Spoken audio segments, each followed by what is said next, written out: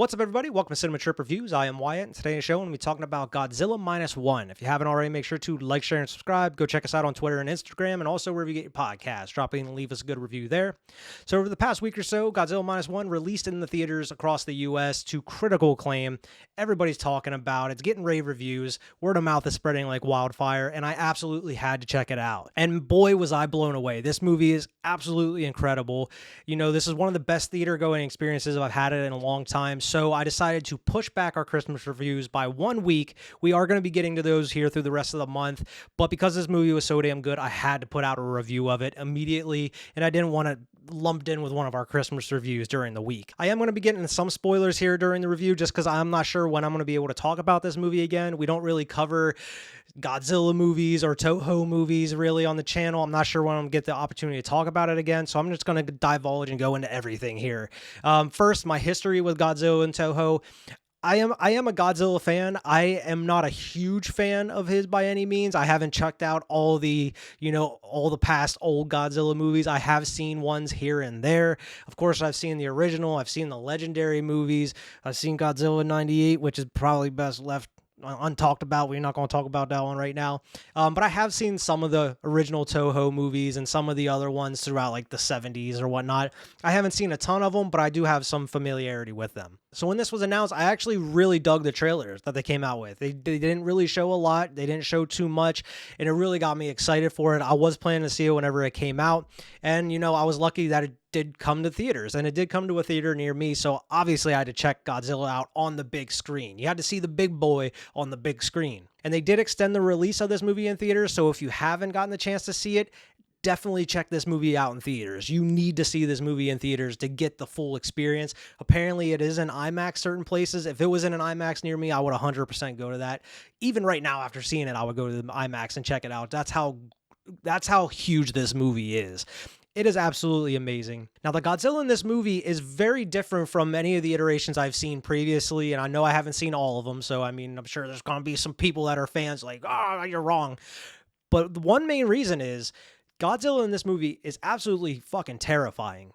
They have found a way to make Godzilla absolutely scary in this movie, and especially in the beginning, but of course throughout whenever he's wreaking havoc across the cities and everything.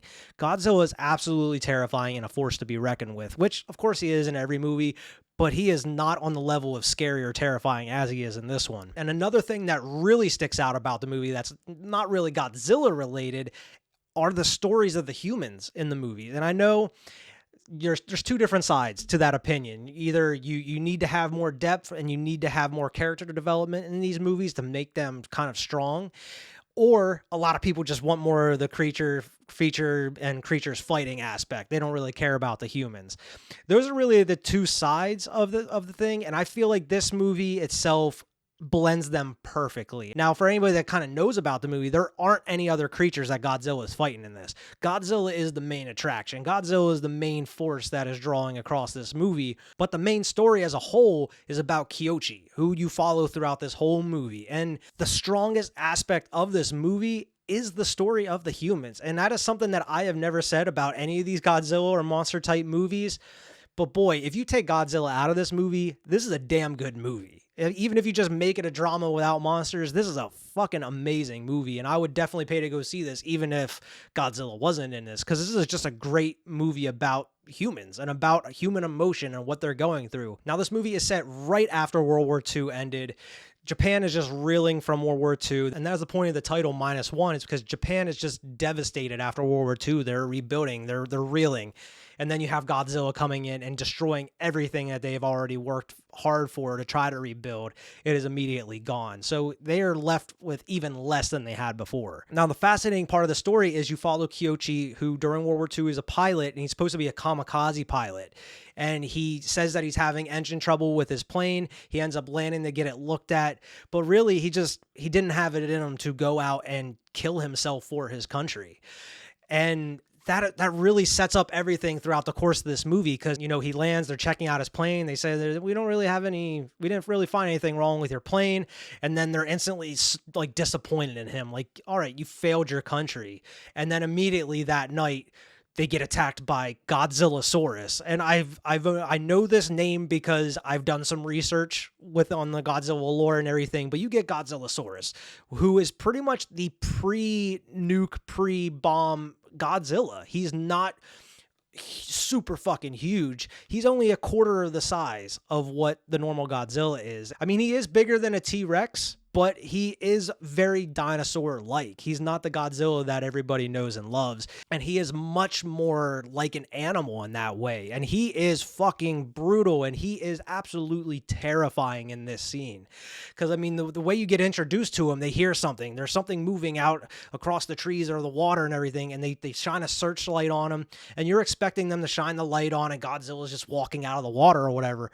No, as soon as they shine that spotlight on him, Godzilla just fucking tears into him, ripping people in half, throwing people across the land and everything, just picking people up in his jaws and throwing them around, stomping on people, causing absolute destruction on this little tiny island.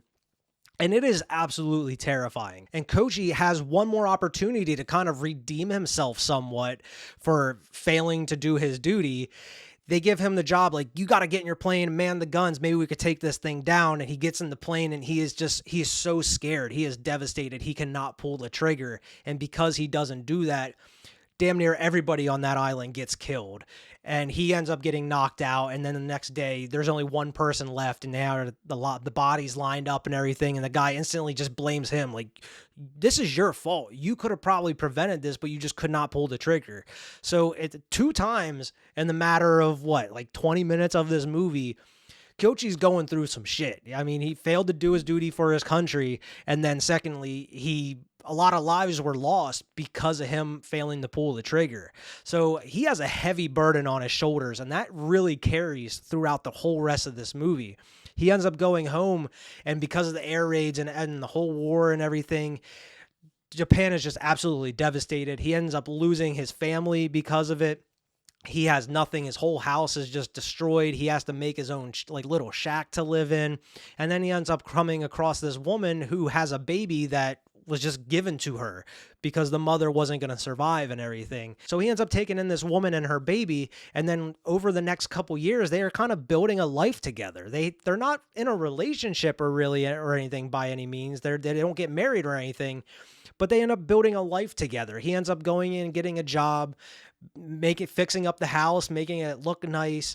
You know, they're raising the kid together, but they're not really a couple. And I mean, even the people they ends up kind of partnering up with and working with the rest of the movie, they even tell him, like, what are you doing? What are you thinking, man? She's a catch. Like, you got to lock that down, man. And that's what I'm thinking the whole time too, is like, why aren't you trying to lock this down? But I mean, Kyochi's going through his own shit for the most part. I mean, he's having PTSD. He's waking up in cold sweat and panicking because he's having dreams about Godzilla and dreams about all of these people dying. You know, he has a heavy burden on his shoulders that he's carrying throughout this whole thing. He actually gets a job out on this boat with this crew, and they're going out and they're fishing up and getting mines out from the ocean from World War II and everything. And this is really where the Jaws moments of the movie start setting in. I know if a lot of people kind of look up this movie, it really gives you like a Jurassic Park and Jaws type of vibe through like maybe that first half hour to an hour of the movie. In that first part of the movie where you actually get to see the Godzillasaurus on the island, very Jurassic Park, very kind of T-Rex breakout type shit. But in this part of the movie where he's on the boat and they're going out and getting the mines, this is very, very Jaws-like, especially whenever they end up running into Godzilla and everything. And like everybody sees in the trailers, Godzilla's coming after them on that little wooden boat that they have. And it very much feels like the crew from Jaws. You're getting a lot of the playful banter. Everybody has their own sort of job on this boat and everything. And of course you have this big ass monster that's coming after them. And even down to like kind of smaller details, like in Jaws, they have like the yellow barrels that they're attaching and they're throwing out in the ocean so they can find the shark and everything. Well, in this one, whenever Godzilla's coming up on them, they're dropping these huge mines behind them to try to blow up Godzilla as Godzilla's coming after him and everything. There's a decent amount in common between Jaws and this movie at certain points. And Jaws is one of my favorite movies of all time, so I was 100% locked in for that. The dynamic between the characters and the characters themselves are just absolutely amazing. And it's not just Kyoichi and his crew on the ship, but even the woman that he rescues, Nyoko, I'm pretty sure her name is. That dynamic between them is great as well, because you find out she actually does have some feelings for him, because she's like, you're not in this alone. Like, you're carrying a burden. You need to tell me what's wrong. You just can't keep this bottled inside the whole time. And I mean, even she is kind of devastated to hear that he was a kamikaze pilot that didn't do his duty. And just much like everybody else in that area, when he comes home, he gets an earful by damn near everybody. Like, you had a duty to your country and you didn't do it. Like, what is wrong with you? Everybody's pretty pissed off at Kyoichi whenever he comes home. So it's just one thing after another. I mean, this movie is very depressing in a way. I mean, it's depressing for like the most part. I mean, Kyoichi, I mean, you have some lighthearted characters around him here and there, more so with the crew that he's working with on the boat, but a lot of it is very depressing. And I mean, more so after the boat scene, everything, of course, you have Godzilla coming into a city and absolutely wreaking fucking havoc. And you get the Godzilla theme, you get the old school Godzilla theme in this movie, and that needle drop hits at the fucking perfect moment. It's chef's kiss. It's amazing. And that whole scene with him going across the city and destroying it is absolutely devastating. And of course, I mean, you go to movies and Godzilla movies to see the destruction and see Godzilla doing these types of things. But man, when it's happening to some of these characters that you've really got used to and you're really starting to get involved with, it's devastating. And to see the lives that are being affected, not just from the war, but Godzilla itself, it makes you kind of not want to see Godzilla destroy the city. It's very heavy, man. This movie is very heavy at certain spots.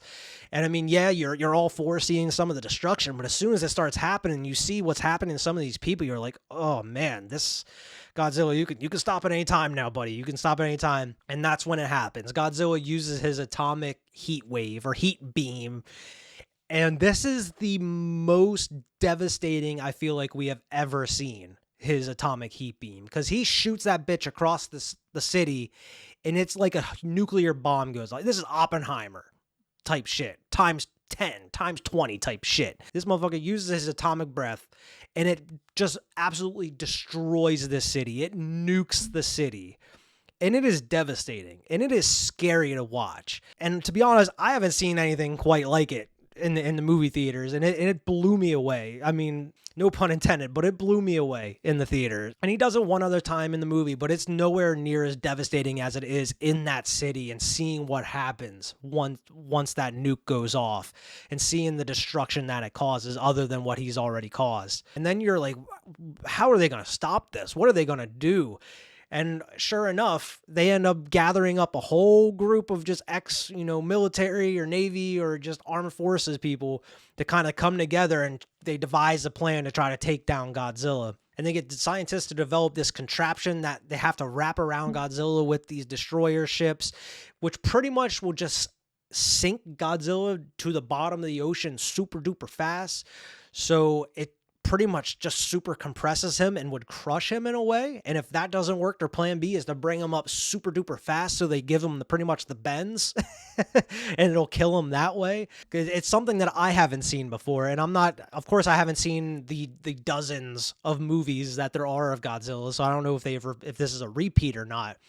But it was a very interesting way to try to take out Godzilla, because of course, just gunfire and bombs aren't going to help. Atomic bombs are what got you into this mess in the first place, which is a one small nitpick maybe of the movie, I gotta say, is about maybe a quarter of the way through the movie, after you see Godzillasaurus, who is just only a quarter of the size of what we see of Godzilla the rest of the movie. You see Japan doing a nuclear test of their own, and during that nuclear test, that atomic bomb is really what gives Godzilla his powers and makes him super fucking huge, gives him that atomic breath and his regenerative abilities and everything. And they really just it happens way too fast. I feel like it would have been awesome to see that actual nuclear test and see how it affects Godzilla firsthand, but it happens so quick. And then what, 20 minutes, half hour later, then you see the new revamped Godzilla. He's fucking huge, and that's where he goes on his destruction and everything. I really wish we would have got to see some of that metamorphosis of how he's turning into the Godzilla we know and love, or know and hate by the end of the movie. But at least they kept the scene in there to see how he did it, how he got huge, you know. But it was just kind of glanced over. They didn't really stick too much time on it at all. Now, other than that, I don't have too many nitpicks, really. The only ones I really do have are kind of towards the end of the movie, and this is where I'm really going to get into a lot of spoilers here. So for those who haven't seen the movie, you might want to kind of turn this off and come back whenever you do see it. And these are very nitpicky, mind you. They're not problems that I have per se that they need to fix. Like, this would have made the movie that much better. No, this is kind of very nitpicky. One is one part of their plan to take down Godzilla was Kyoshi is going to man this plane to kind of distract Godzilla to get him out into where they need him to be in the ocean.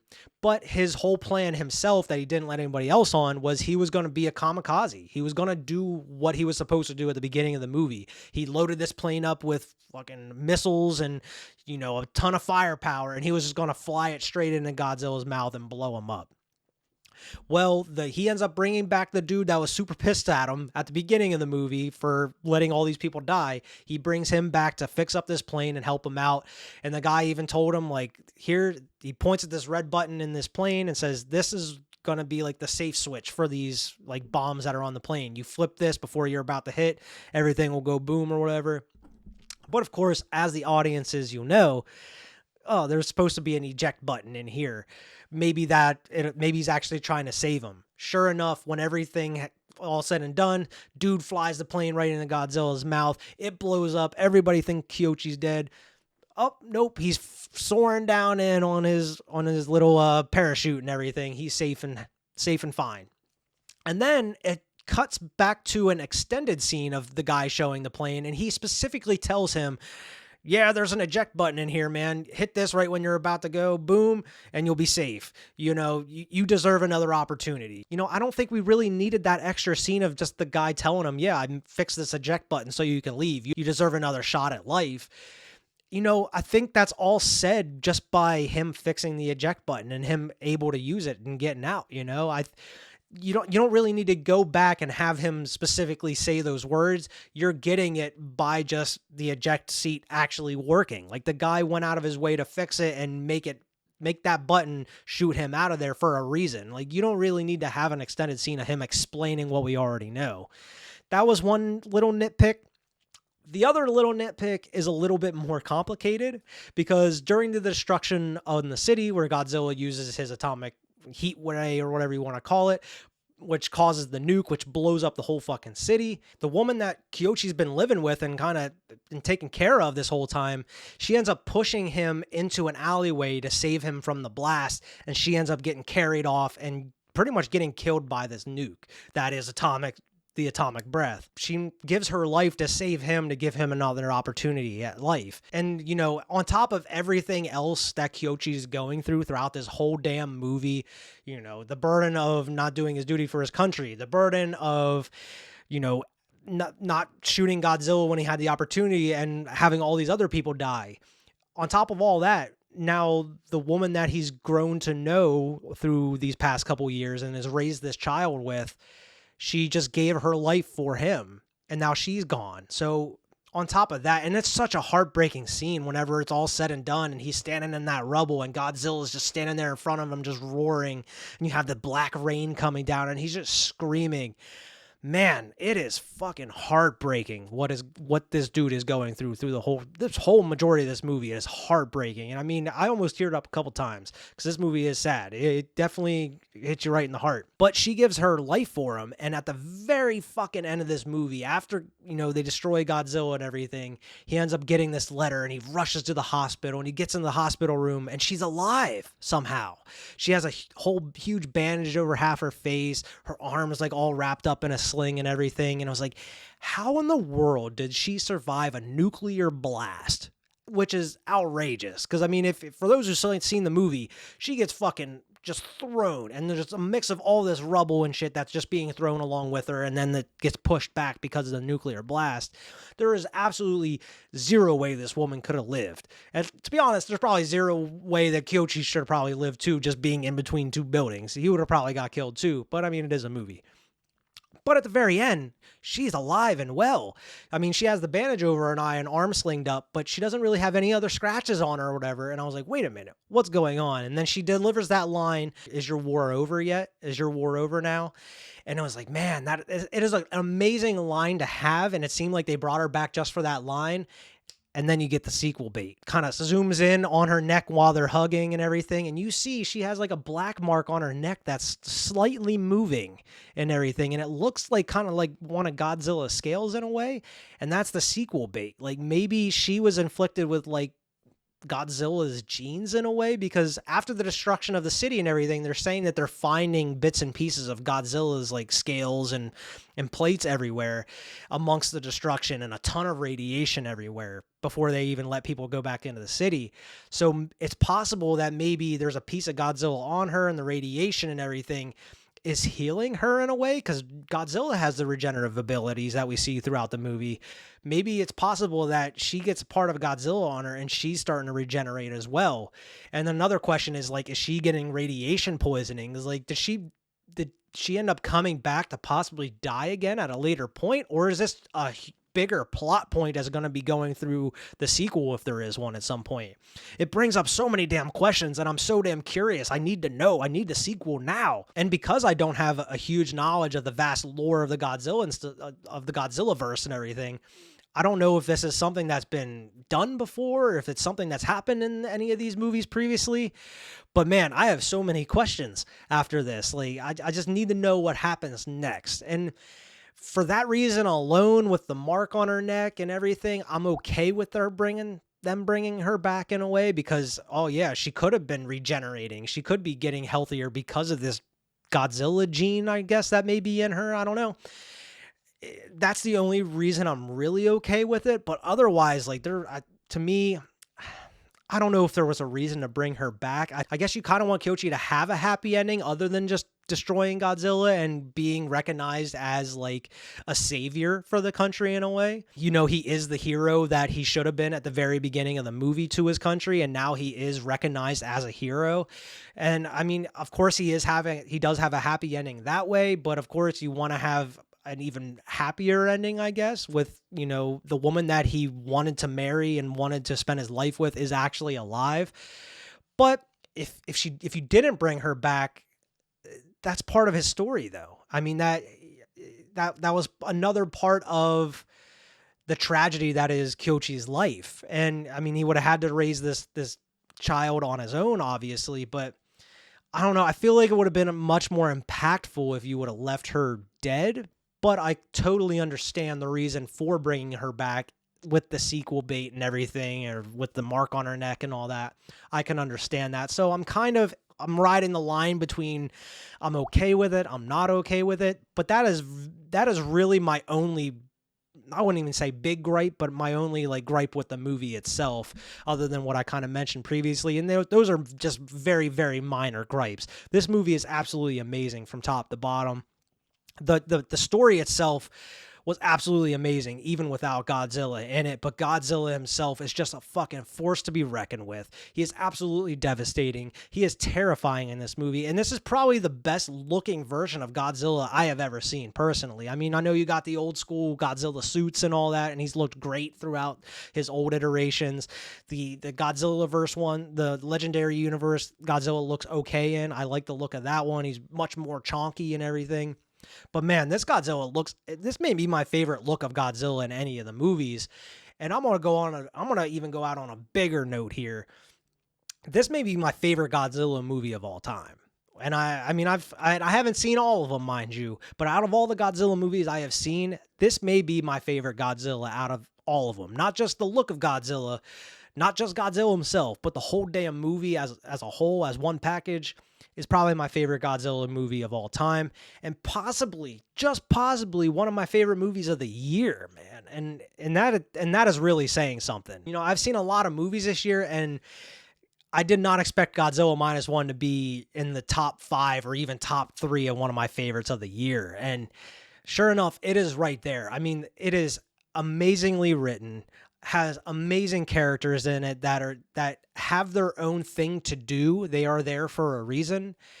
And just the dynamic in between them that you get throughout the whole thing. And it is heartbreaking. It is a heavy ass movie at certain points, but it makes it all that much better and all that much more sweet whenever Kyoshi is recognized as a hero by the end of the movie. He does save the day. He does take down Godzilla and everything. It was a blast to see in the movie theaters. If you haven't seen this yet, definitely check it out in theaters. If you can, I highly recommend it. I mean, I'm sure it'll be fine watching at home, but man, there is nothing like seeing Godzilla up on the big screen with that surround sound and everything. It is a theater experience unlike anything I've seen as of recently, and I highly recommend it. Now, I know this movie is in theater still, but out of a buy it, rent it, or miss it, I'm 100% saying buy this movie. As soon as this movie comes out on Blu-ray or 4K, I'm 100% buying it. I'm adding it to my collection. I need to see this movie again. I actually can't wait to see this movie again.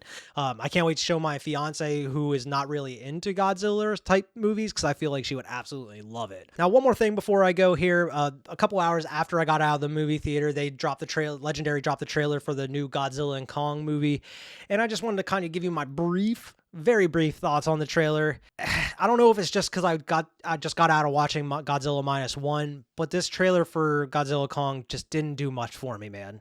And I mean, I think it was the very first review I did for as Cinema Trip Reviews. The very first review we did was Godzilla versus Kong. It was a mixed bag. I like certain parts of it here and there, but the more and more this legendary Zilla Kong universe goes on, it's just losing me with every movie. I mean, I like the first Godzilla. I actually own it on 4K. I didn't mind the King of Monsters or whatever it was called, which was the second one with like Ghidorah and Mothra and Rodan. I didn't mind that one as much. I liked the monster action in it. But the human plot or whatever, it was very thin. It wasn't great. And then Godzilla vs. Kong really took it to another level, went very sci-fi with it, going into like Hollow Earth and everything, and with these spaceships and whatnot. And then you had Mecha Godzilla in there. I don't know. It had its parts, it had its moments that I liked, but it was a very mixed bag. Off this trailer alone for this new one, I'm just not sold. It just looks like they're turning them into like the MonsterVerse equivalent of like the Fast and Furious movies, where they're just getting even more and more outrageous and ridiculous with each one. And I understand that may be kind of the point of them. From what I understand, they're kind of very reminiscent of some of like a certain era of Godzilla movies where it was just nothing but monsters each movie, and they're just doing something crazy every time. I understand that. But it just seems like they lack any depth to them. It doesn't look like Hollywood's trying really much at all to develop any other characters in these movies other than just like, oh, let's just throw it out and have crazy batshit monster fights and whatnot, which is, it's okay. It has its audience and everything, and it's playing to like the kids that are growing up liking monster movies and whatnot. I don't know. They just ring very hollow to me. They just don't have much depth, and just the trailer itself, I'm just not sold. It doesn't excite me really. Maybe it's just because I got done watching one of the greatest movies of the year, one of the greatest Godzilla movies of all time, in minus one, because how well those characters were written and how well Godzilla was portrayed in that. Going into Godzilla versus King Kong, whatever the subtitle is, it just looks terrible compared to Godzilla minus one. I understand that they're not to be compared. They're not the same type of movie or what have you. But it just does not do much for me. It's just complete CGI, just mess most of the time. The villain of the movie is going to be like another Kong type character in a way, which in contrast to like Mecha Godzilla is going down a step to me. I mean, we haven't seen a full reveal of what the big bad is, but I guess it's just another version of Kong in a way. I don't know. It just looks like they're kind of going down each level. I mean, you had Ghidorah and Rodan and Mothra in these movies, and then it's just Godzilla and Kong, and then you're having Godzilla and Kong versus just another like 8, it's just like, where are these other huge monsters you could be fighting or whatnot? Maybe there's some secret hidden monster in there somewhere they're not releasing as of yet to get people excited. Maybe it'll be a surprise because we very rarely get any surprises in huge blockbuster movies. Everything's leaked early nowadays. Maybe it's something they're kind of holding close to the chest. There is another monster in there somewhere, but I don't know. I'm not excited for it. And I'm sure we'll probably do a review of it on the channel at some point, but I mean, based off that trailer alone, I'm not super excited. It just looks like a Godzilla Kong Fast and Furious type movie. I don't know. It's just, I'm not sold on it. Maybe after watching it, it'll change my mind. I'm not one of those people that are mad because Godzilla's like pink now. I'm not going to lose my mind because Godzilla is pink, a different shade of color. Like, come on now. It's more so just like, it just seems very hollow and just seems very just like cash grabby to me. Like they're just making these movies to sell toys to kids, which I understand that maybe is exactly what they're doing. Like maybe this isn't for the adults. I don't know. I'm ready to go back to singular Godzilla movies. I am tired of the team ups. We don't need that's another thing. It's just so corny to have just Godzilla and Kong just teaming up. Like, yep, we're bros now. We're just going to go out and fight these things together. Like, they're animals. I understand Kong is an ape. He's gonna be smart. But Godzilla, he's an animal. He's going to go out and destroy whatever's in his path. He's going to have his territory or what have you. I don't see him just willingly teaming up, with Kong all the time. I am over the crossover. It worked for Godzilla versus Kong, so they ended up having to come out and kill Mechagodzilla, and then they parted ways. But, like, we don't need a goddamn team up every movie now. Let Godzilla and Kong have their own separate movies. This one could have very easily probably been just a Kong movie. You didn't need to probably have Godzilla in it. And I would much rather have a legendary universe with just Godzilla having his own singular movies going out and fighting these monsters or what have you. I don't need a Godzilla and Kong team-up movie every single movie now. You could have easily made this Kong Skull Island 2 or Kong, Hollow Earth 2 or Kong 2 Hollow Earth or something. I don't know. I'm just spitballing.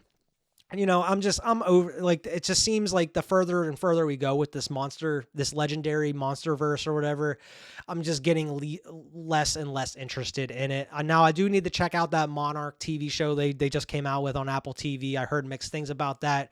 I would like to check that out at some point. I'm not sure if we'll do reviews on that, but maybe I'll talk about it on a live stream at some point. I do need to check that one out. But yeah, I mean, the MonsterVerse is just losing me with each movie at this point. So I don't have high hopes for that one, but we will see. Definitely go check out Godzilla -1 in theaters. I highly recommend that above everything, above all the legendary MonsterVerse movies. Definitely go check out Godzilla -1 if you can. Highly recommend it. But that is a review here for this week. Make sure to like, share, and subscribe. Go check us out on Twitter and Instagram at Cinematrip Reviews. Also, wherever you get your podcast, drop in and leave us a good review there as well. And we'll see everybody next week for our first Christmas review of December here. We are finally getting in the Christmas reviews next week. So we'll see everybody next time.